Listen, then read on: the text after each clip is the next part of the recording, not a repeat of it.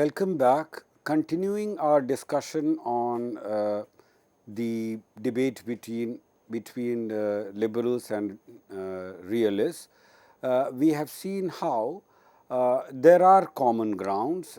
There are issues on which the neoliberals and the neorealists see eye to eye.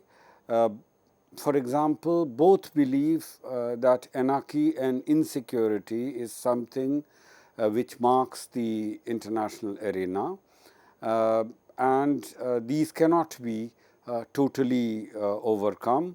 That today's friends can be tomorrow's enemy. That possibility of democratic backsliding is always there. That even though liberal democracies have increased in number, but they have not totally established or overcome the possibility of war and anarchy. Now, this brings us to the question of complex interdependence, which acknowledges that the states are central to international relations, that international system is anarchical, that power of the states are very significant in international arena, that the strong states can prevail over the weak states, but they also believe that international institutions can still facilitate some form of international cooperation. This cannot be, this cannot ensure the final eradication of war and anarchy, but it can definitely facilitate establishment of peace and cooperation.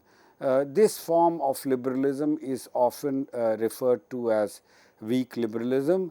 As against this, there is strong liberalism, which believes that qualitative change has in fact taken place, that economic interdependence that we see today in the last 20-30 years, that has brought the countries even closer together, that production and consumption today take place in a global market, in a worldwide marketplace.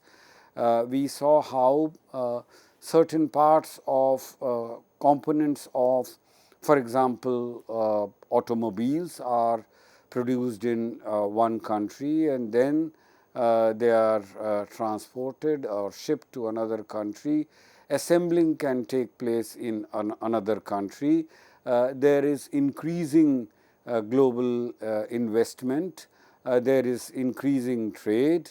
There is increasing economic cooperation between countries, and because of all this, the liberal prospect of liberal cooperation between states has increased, and the war itself, the strong liberals believe that war itself has changed dramatically.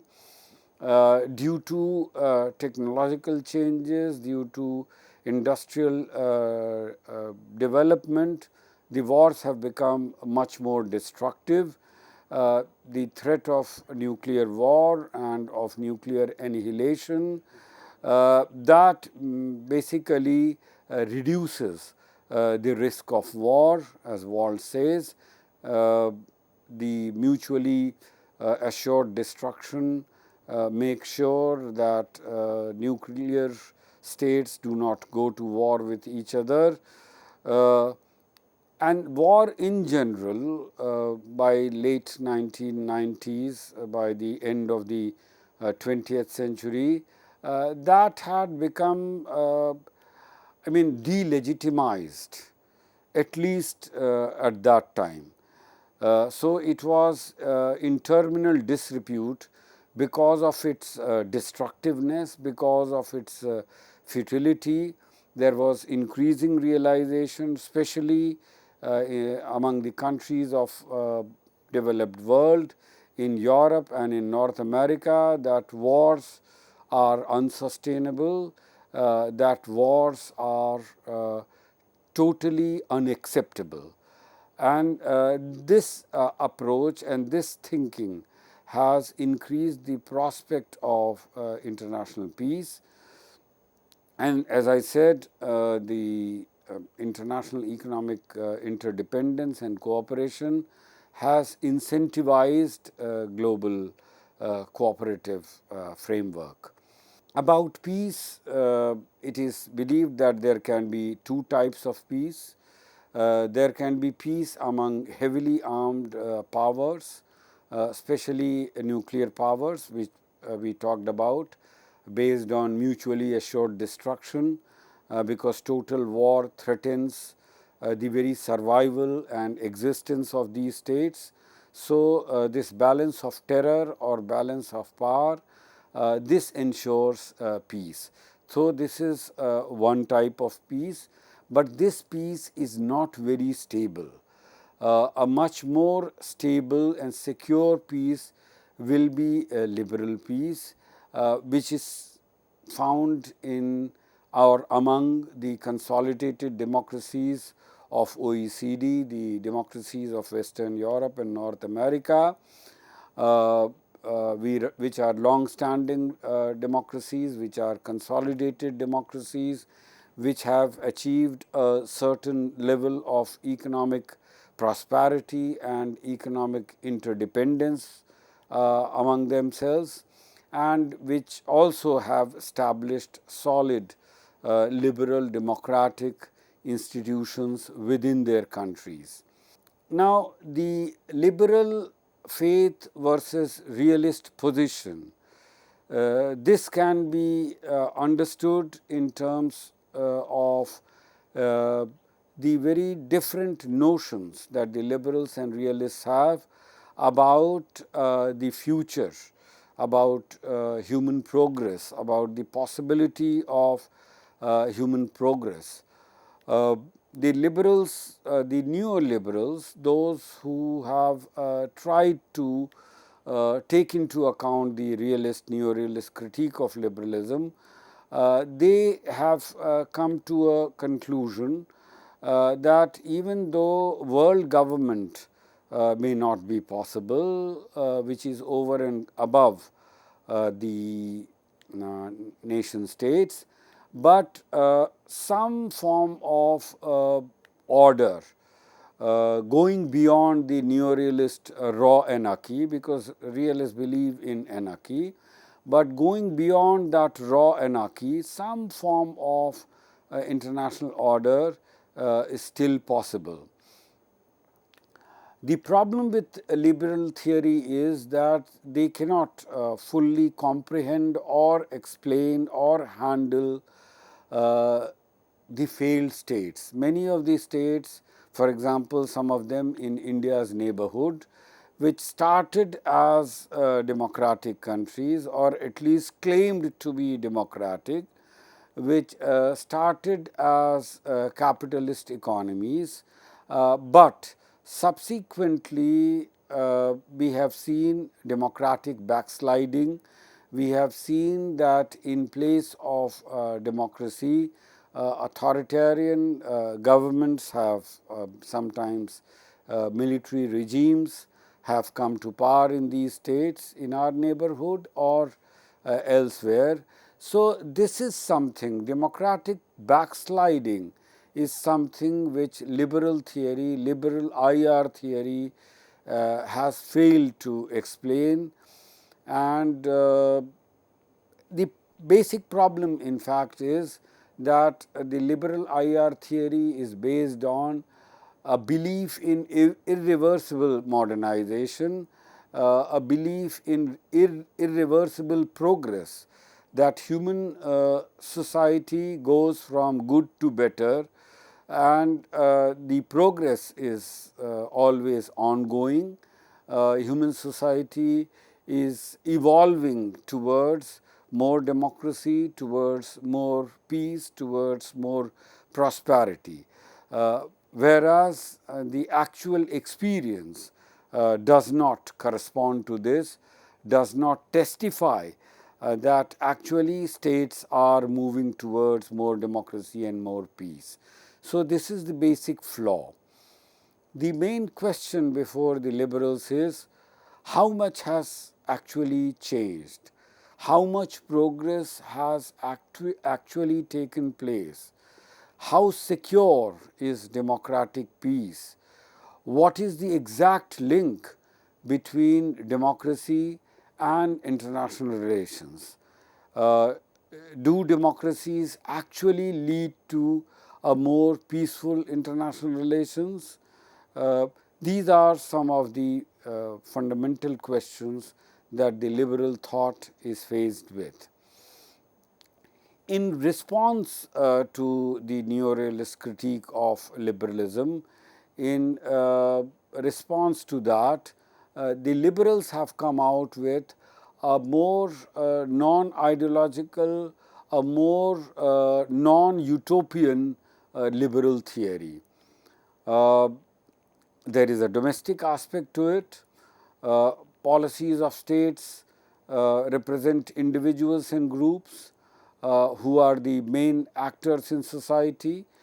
So, domestically, the liberals, liberal theory, the new liberal theory believes that individuals and groups are the main actors and they control the states, and the states basically represent the preference of these individuals and groups.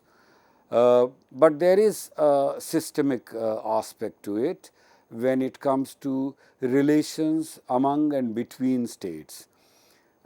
Each state seeks to achieve its preference subject to the constraint imposed by the preference of other states.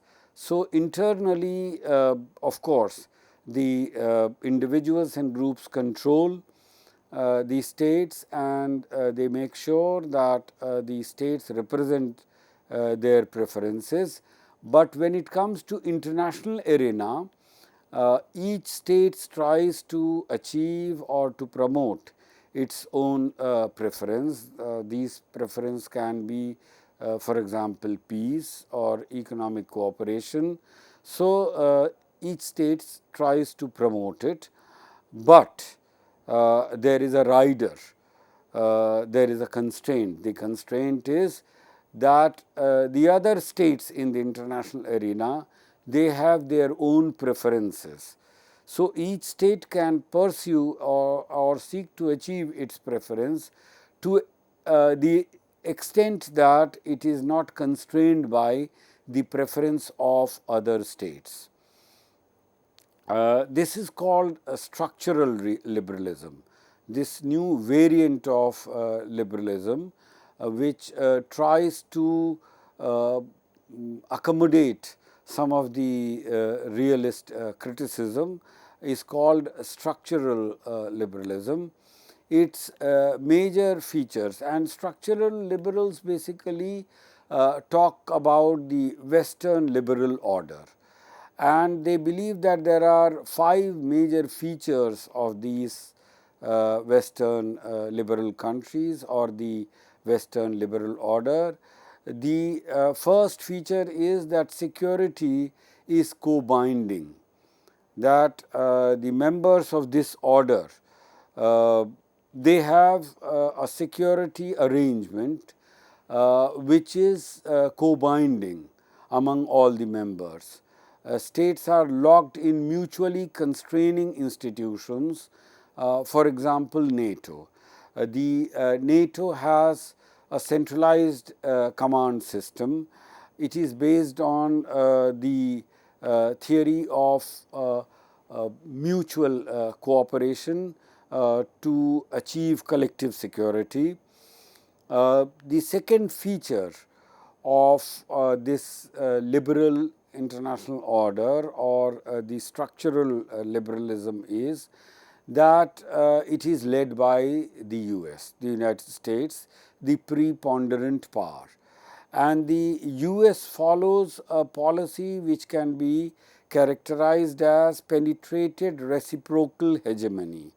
while it leads this international liberal order, but at the same time this hegemony is something which is based on the consent of the states which are led by US, and this is something which is reciprocal. So, the US is receptive to the suggestions of the other members of the this grouping of this Western liberal order, and there are trans-government and transnational networks which bind these various states with each other, and so there is an element of reciprocity.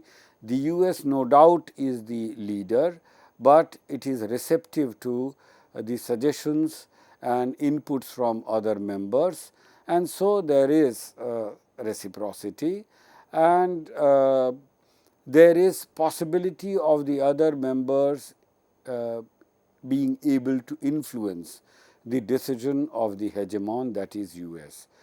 The third feature of this Western liberal order is that there are many semi-sovereign and partial great powers. These great powers, for example, are Germany and Japan. They have imposed restrictions on their own. For example, they have forgiven the acquisition of nuclear weapons. They are industrialized, very industrialized, but despite that industrialization, despite their economic and technological advancement, they have given up the nuclear option. So, there are self-imposed restraints. These states are often referred to as trading states. In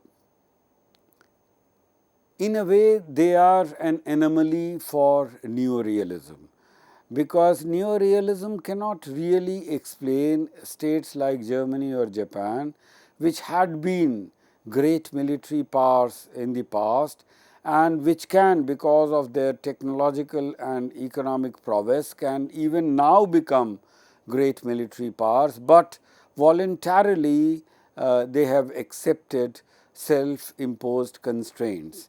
So, this is something which the neo-realists cannot explain. The liberals, the neo-liberals, of course, believe that they are part of an integrated Western political order which is able to maintain peace and cooperation. The fourth aspect is economic openness. For advanced industrial capitalist states, benefit because of cooperation, and there is relative gain through cooperation rather than through competition. Then yet another feature is the prevalence of or the existence of civic identity, the existence of common Western support for values of political and civil liberties, support for market economics, and support for ethnic tolerance. These are largely secular societies. So, these elements bind the members of Western liberal order. US and Europe are the foremost members of this Western liberal order, but the problem is that even within this Western liberal order, which largely subscribes to democracy, to constitutional government, to individual liberty, to freedom of choice, freedom of expression, association and movement. These are common moral grounds on which all the liberal countries of global north they agree on, but beyond that we have seen how there have been differences between some of the members of this global liberal order, especially between US on the one hand and Europe, Western Europe on the other hand, especially in the last 25 years since the beginning of the 21st century, and with the terrorist attacks in US leading to US war on terror. After that, that is 2001, we have seen how the Europeans and Americans have come to live in somewhat different worlds. In fact, one of the IR theorists says that the Americans are from Mars and the Europeans are from Venus. Europeans live in Kantian world of peace and relative prosperity, while the US is still mired in history. It has not able to come out of the 19th century world of great powers, balance of power, and an anarchical international system. So the Hobbesian world of war of all against all, an anarchic world, it is something that the US is not totally relinquished. It still sees the world in these terms, in a very Machiavellian or Hobbesian, with a Machiavellian or Hobbesian approach. Now, so there is a fundamental tension in the liberal world order. In the US, the emergence of the neoconservatives, which believe in confronting the states, for example, like North Korea or like Iran, which pursue weapons of mass destruction. So the neoconservatives are basically new realists, and they believe in confronting, in countering these what they call rogue states. On the other hand, there is Europe, which believes that the best response to transnational terrorist network is the network of cooperating governmental agencies. So, these can be the best safeguard against international conflict or international terrorism. International order, according to neoliberals, can be negative as well as positive. The negative international order, negative liberal international order, believes in a liberalism of restraint, that there should be non-intervention in the internal affairs of states, that states should be allowed to choose what they want to pursue, but they should also take the responsibility for whatever is their choice, that international institution building and international law is something which leads to increasing international cooperation, that the basic motto should be to live and let live, that international confrontation should be negotiated and collaboration can be achieved. As against this, there is positive liberal thought, which believes in liberalism of imposition, that the world can be forcibly changed to become more secure. There was Woodrow Wilson, who talked about making the world more safe for democracy. There was John F. Kennedy, which believed in pay any price, bear any burden to ensure liberty. George Bush's war in Afghanistan and Iraq can be called efforts in this direction of forcefully changing the world, forcefully trying to achieve international peace by imposing a certain type of liberal international order. But there are fundamental contradictions, there are core tensions in liberalism.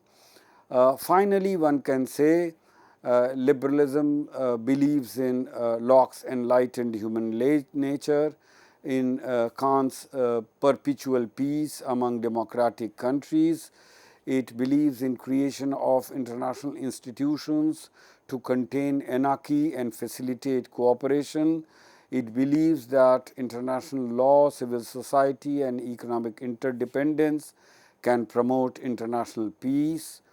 Uh, the challenges are the rise of right-wing parties, the Brexit, the refugee crisis, and migration. These are some of the challenges. Then there is international terrorism, Russia-Ukraine war, rise of Trump, rise of protectionism. Because of all this, the liberal international order is continuously facing challenges, and some of the realist critique of the liberal approach stands valid. There are no final answers to this debate. These are some of the important readings. Thank you very much.